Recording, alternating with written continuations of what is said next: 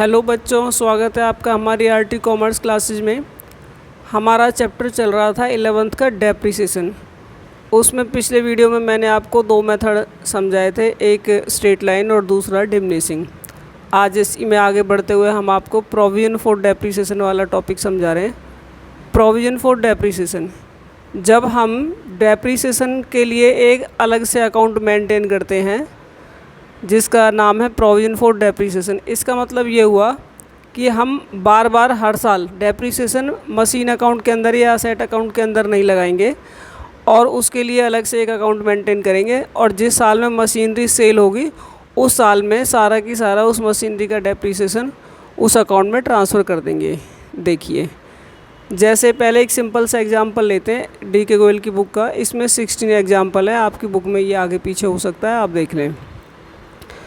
X Limited purchase on 1st April 2008 a second hand plant 4 lakh and immediately spent 80,000 for its overhauling and 20,000 for its installation। 4 lakh rupees का plant ख़रीदा, 80,000 इस पे इसकी overhauling पे खर्च किया और 20,000 इसकी इंस्टॉलेशन पे, यानी कि ये प्लांट हो गया आपका 5 लाख का। On October 1st 2011 plant become obsolete and was sold 2 lakh. 1 अक्टूबर 2011 को प्लांट बेकार हो गया और उसे 2 लाख रुपए में सेल कर दिया। डेप्रिसिएशन 10% पर एनम के हिसाब से ओरिजिनल कॉस्ट मेथड, यानी कि fix. Accounts are close each year on 31 March. हर साल अकाउंट जो 31 मार्च को क्लोज किए जाते हैं। देखिए, दोनों केस पूछे हैं। Provision for depreciation account is not maintain and provision for depreciation account is maintain.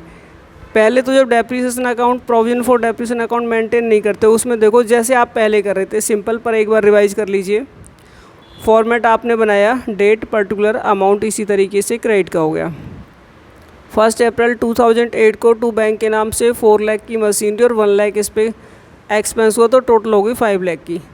अब डेप्रिसिएशन अगर स्ट्रेट लाइन है, ओरिजिनल कॉस्ट मेथड है, तो 5 लाख पे 10%। पहली बार कब अकाउंट क्लोज होगा? 31 मार्च 2009 को।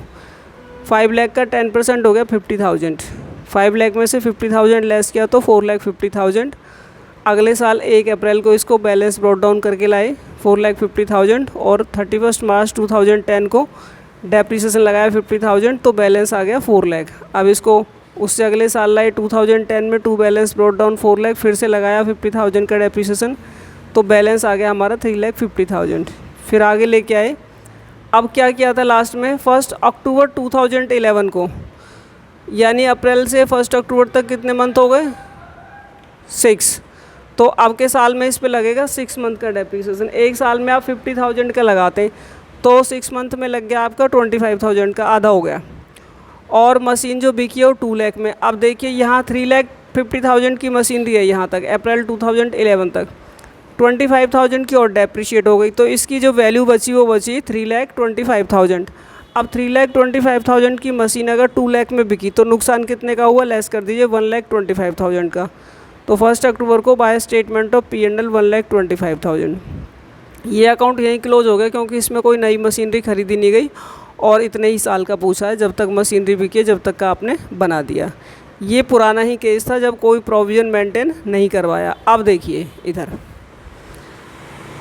When provision for depreciation account is maintain, तो पहले आप प्लांट के लिए जगह छोड़ दीजिए और पहले आप प्रोविजन फॉर डेप्रिसिएशन अकाउंट को ही बनाइए। डेट पर्टिकुलर अमाउंट इसी तरीके से क्रेडिट में।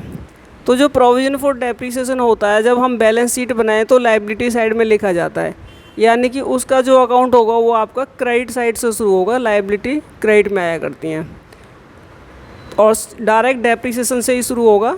तो 2009 में 31 मार्च 2009 को पहली बार डेप्रिसिएशन लगा था, तो क्रेडिट साइड में बाय डेप्रिसिएशन के नाम से 50,000 और 31 मार्च 2009 को ही to balance carried down 50,000 depreciation का। फिर इसे 1 अप्रैल 2009 को ब्रॉट डाउन करके लाओ और अगले साल का डेप्रिसिएशन 2010 का लगाओ 50,000। अब हो गया इसका दोनों को प्लस करके बैलेंस 1 लाख। ये बैलेंस कैरेट डाउन करके आपका डेबिट में आ गया। फिर क्रेडिट में इसको ब्रॉट डाउन करके लाए और अगले साल फिर से डेप्रिसिएशन लगाया 2011 में, तो ये हो गया टोटल 1,50,000। तो टू बैलेंस कैरेट डाउन 31 मार्च 2011 को 1,50,000। फिर आप इसे 1 अप्रैल 2011 को ले आए ब्रॉट डाउन करके। अब के साल में क्या हुआ था लास्ट में, 1 अक्टूबर 2011 को प्लांट बेकार हो गया था और उसे सेल कर दिया, यानी कि 1 अक्टूबर तक हमारे पास प्लांट रहा। तो लास्ट में डेप्रिसिएशन कितना लगेगा, 6 मंथ का 25,000 लगा था, बाय डेप्रिसिएशन 1 अक्टूबर को 25, तो ये टोटल हो गया 75। इसका मतलब ये हुआ 175 कि इस प्लांट पे जब से ख़रीदा और जब तक ये बिका है टोटल 1,75,000 का डेप्रिसिएशन लगा है और अब ये बिक चुका है।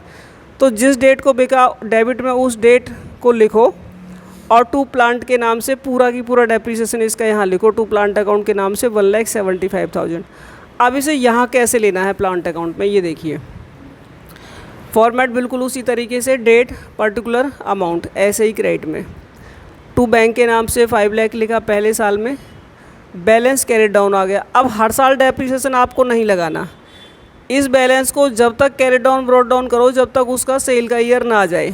तो अगले साल टू बैलेंस ब्रॉट डाउन, फिर वही बैलेंस कैरी डाउन, फिर अगले साल फिर से ब्रॉट डाउन, फिर कैरी डाउन, फिर ब्रॉट डाउन। अब हम 2011 में आ गए। अब देखिए क्रेडिट में मशीन कितने की बिकी, बाय बैंक के नाम से लिखो 2 लाख जितने में बिकी, और डेप्रिसिएशन 1,75,000 इस पे टोटल लगा, तो टोटल लिख दो बाय प्रोविजन फॉर डेप्रिसिएशन के नाम से।